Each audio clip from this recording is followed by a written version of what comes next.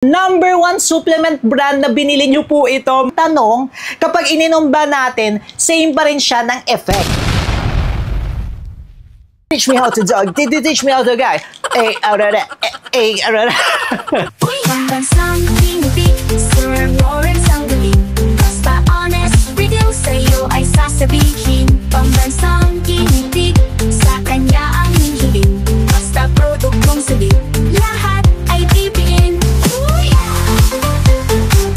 Hi mga kabuka, tayo po nagbabalik. Ako po si Sir Lawrence, ang inyong pambansang human guinea pig. Heart! I'm sure tatanungin nyo yung about my hair. Yes, ibang topic na po ito mga kabuka. But look at that, I have my new hair. Kori-korea na po si Sir Lawrence. And eto nga po, sige, gamit na rin ako nito. No? Total, nagkakausapan na tayo. Yung Lux Organics Premium Curl and Define Essence, yan po yung ginagamit natin para po sa ating kulot na buhok. Kung gusto nyo nga pong bumili niyan, meron po tayo sa description box sa baba, nandyan po sa cart natin para ma-maintain natin ang kakulutan natin. Essence po ito, tapos hindi siya oily sa aking buhok. Ayan, this is not sponsored pero pag-uusapan pa nga rin po natin ang aking pagiging kulot in a separate video. Mauuna po muna ito bago ang pakulot journey ni Sir Lawrence. Ayan, pero kung gusto nyo nga pong bumili dahil tayo nga po ay nag-shoot ngayon, ayan, naroon po niyan sa description box sa baba. Okay, dire-diretso na nga po tayo mga kamuka. After 2 to 3 years nga po ng pagre-review natin dito sa certain na glutathione supplement na ito, titingnan nga po natin kung worth it pa ba siyang bilhin at nireview ko nga po ulit para sa inyo kasi number 1 po ito sa overall sales natin kasi tayo nga po ay affiliate ng Shopee and also affiliate na nga rin po tayo dito sa YouTube. Nakikita po natin at natatrack talaga natin yung mga orders nyo. At dito nga po sa ating channel, number 1 supplement brand na binili nyo po ito mga kamuka. Syempre gusto ko nga rin po malaman kung okay pa ba yung quality kasi may mga ganun na brands. Minsan kapag ni-review nga po natin okay yung quality. Pero kapag after ng ilang months, after a year, nag-iiba po sila ng mga manufacturer, nag-iiba po tuloy yung quality. Kaya ito po, random talaga tayong bumibili and also i-check nga po natin kung okay pa ba ang quality. Pero ito po ay na-review ko na walang iba kundi ang Dose of Glow! Yes, D-O-G, dog. Teach me how to dog. Teach me how to dog. Teach me how to dog. Teach me how to guy. Kumulot lang yung buhok. Tumaas na naman yung energy ni Sir Lawrence.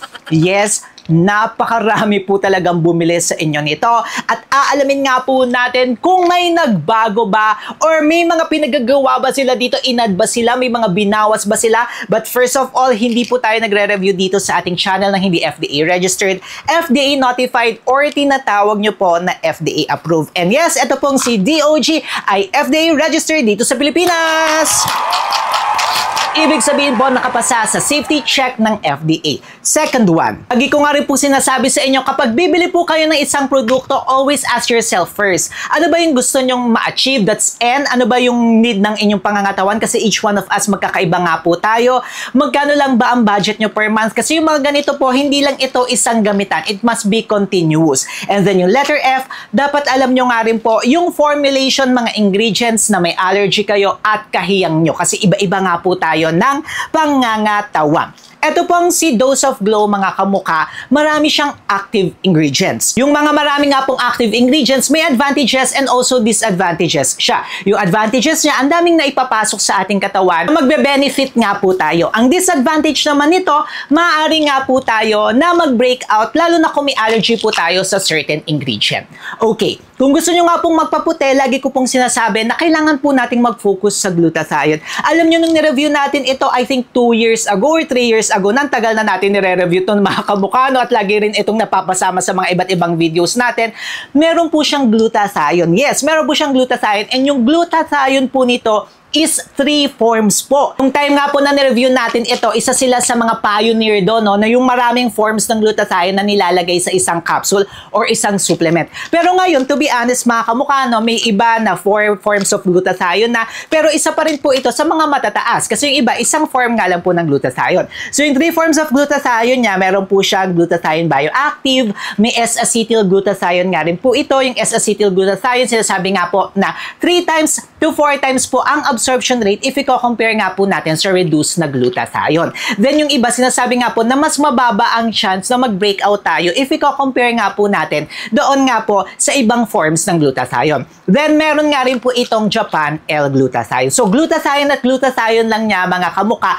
140 each form po. Ang total agad ay 420 milligrams at ang taas nun. Tapos ang isang capsule pa nito mga kamuka, 720 milligrams. Ang galing talaga. Yung 720 milligrams sa dalawa or tatlo na po na capsule yan ng ibang mga brand. Aside nga po sa glutathione, meron nga rin po itong iba pang mga actives and also booster. Yung booster, nakakapagpabilis po nito ng absorption ng other ingredients sa ating katawan. Meron nga po itong collagen, NAC, ceramide, vitamin C, and also L-cysteine. May hyaluronic acid nga rin po ito para nga po mapamoisturize and also ma-hydrate ang ating skin. Then, ay isa pa sa kagandahan niya is meron nga po itong Polypodium Nicotinamide or Premium Fern Block nga po, which is sunblock naman ito mga kamuka. Oral sunblock ito. Pero we always suggest pa rin nga po na gagamit nga po tayo ng sunblock mga kamuka. So overall, kung i-compare po natin ito sa 2025 na mga lumalabas ng mga brands, nasa standard pa rin po ito. Standards pa rin talaga itong si Dose of Glow. Pero ang tanong, kapag ininom ba natin, same pa rin siya ng effect? Quality pa nga rin ba siya? Or katulad na siya ng iba na kapag dumami ang kailangan or dumami ang need, pumapangit po ang quality. Okay. Inireview ko na naman nga po itong si Dose of Glow for the first 7 days nga po, isang capsule, isang araw po natin. And overall, it's a good product pa rin. Kung kayo po nagsa-start pa lang or gusto nyo ng maintenance, yes, I suggest na isang capsule per day lang kayo tapos pwedeng haluan nyo po ito na iba pang mga supplement. Pwede pa rin kayo mag-vitamin C, mag-collagen kayo, or yung iba nagpa-placenta, nasa sa inyo pa rin po yan. For the effect naman po, yes, same pa rin po siya, moisturize ang ating skin, mag-glow po kayo. Pero kapag gusto nyo talaga yung bonggang-bonggang effect, I always suggest po na 2 times a day nyo po siyang ititake. Pero again na, it varies po, depende po yan sa ating pangangatawan. Pwede po mauna tayo magpa-check din sa ating doctor, ipatingin po natin yung ingredients. At yun pa pala, no, ang kagustuhan ko talaga sa Dose of Glow, talagang very transparent sila. Nilalagay nila lahat ng ingredients nila dito sa likod. Kasi yung ibang mga brands nga po ngayon, dinadayan na nakakaloke. Sasabihin may 500 milligrams, pero 50 milligrams lang yung glutathione doon, then the rest, iba-iba na. Ito at least sila po, very transparent sila. At kinaklap talaga natin yung mga brands na very transparent. And it comes sa kanilang formulation. Now, kapag ititake nyo naman po ito ng 2 times a day, ako po tinake ko po siya after the 7 days, sa 8th day ko po. Any time of the day nyo po siya pwede itake because this is supplement, hindi po ito gamot. At yung mga supplement po, nagsusupply lang po yan ng kakulangan natin. Parang kumakain lang tayo mga kamukha ng mga fruits, mga vegetables. Ganun po kasi siya mga kamukha. So, any time of the day, hindi po siya katulad ng drug or gamot na may specific time, kada araw ganitong oras, every ganitong oras. Ito po, any time of the day. Ako po, gusto ko po siyang inumin isa sa umaga, isa sa gabi, or minsan kapag tamad nga po ako, sa gabi ko na lang siya tinitake mga kamukha, no? Masasabi ko na, it's still a good product!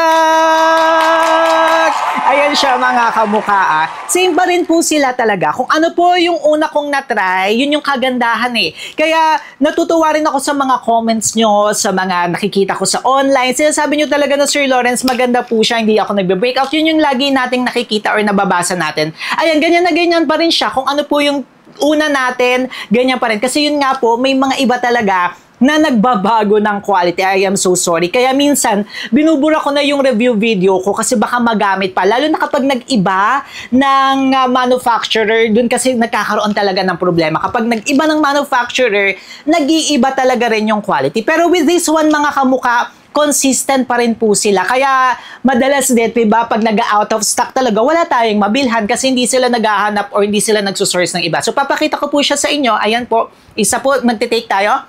Tapos, inom na ngayon tayo nito. Ayan siya. Napakadali lang niya mga kamuka. And for the quality, kung gusto nyo po kumikinang-kinang-ina pa rin kayo, ayan. Pero wag po tayong aasa sa isang produkto, mga kamuka. It must be really combination of different products. Panglabas yan at pangloob. Yes, talagang mahirap magpaganda, mahirap magpa-fresh, mahirap magpaputi. Kasi hindi tayo pwedeng aasa lang sa mga ganitong mga produkto lang, mga kamuka. Talagang kailangan combination yan. But if tatanungin nyo po ako ngayon, 2025, kung okay pa ba itong si Dose of Glowy, yes na yes, may basbas pa rin ito kay Sir Lawrence. May gusto pa ba kayong ipa-review, mga kamuka? Or i-check po natin yung quality ulit ng mga na-take na natin before? Mag-comment kayo dyan sa baba at magkwentuhan tayo. Tapos kung gusto nyo po mapanood yung una nating video nito kung saan nga po talagang nagandahan rin tayo, in-depth yung review natin doon. Ito kasi binabalikan na lang natin eh. Wow, binabalikan. May separate video tayo dyan, mga kamuka. Ito po yan. Panoorin nyo yung next video natin, mga pagkukulot-kulot natin ha. Syempre, mag-subscribe na rin kayo kay Sir Lawrence. Paano ba yan, mga kamuka? Magkita-kita po tayo sa next video po natin. Click nyo na to para hindi nyo ako ma-miss.